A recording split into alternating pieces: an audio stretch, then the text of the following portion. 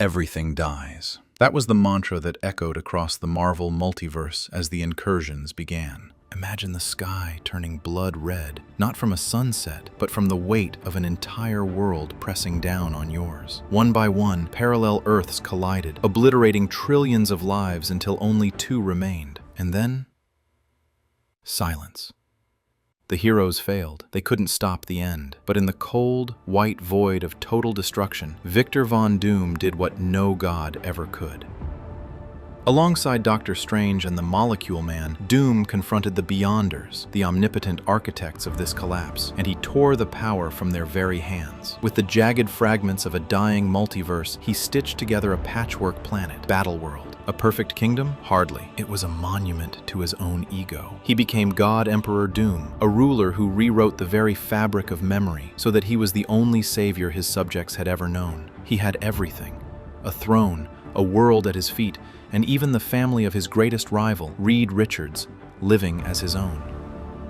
But a lie, no matter how vast, can only last so long.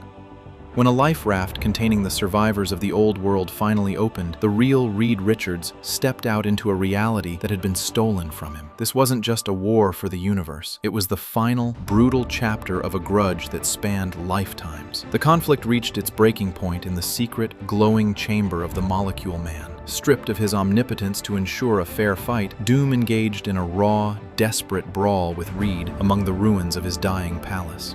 Just 2 men and the truth. Reed looked his enemy in the eye and told him that even with the power of a god, Doom had failed because he was too small, too selfish to ever truly fix what was broken. And then the impossible happened. In a moment of raw, screaming honesty, Doom admitted it. He admitted that Reed would have done a better job. With that confession, the godhood vanished. The power shifted. Reed didn't seek to rule or to be worshipped. Instead, he began the monumental task of rebuilding the multiverse, piece by piece, heart by heart.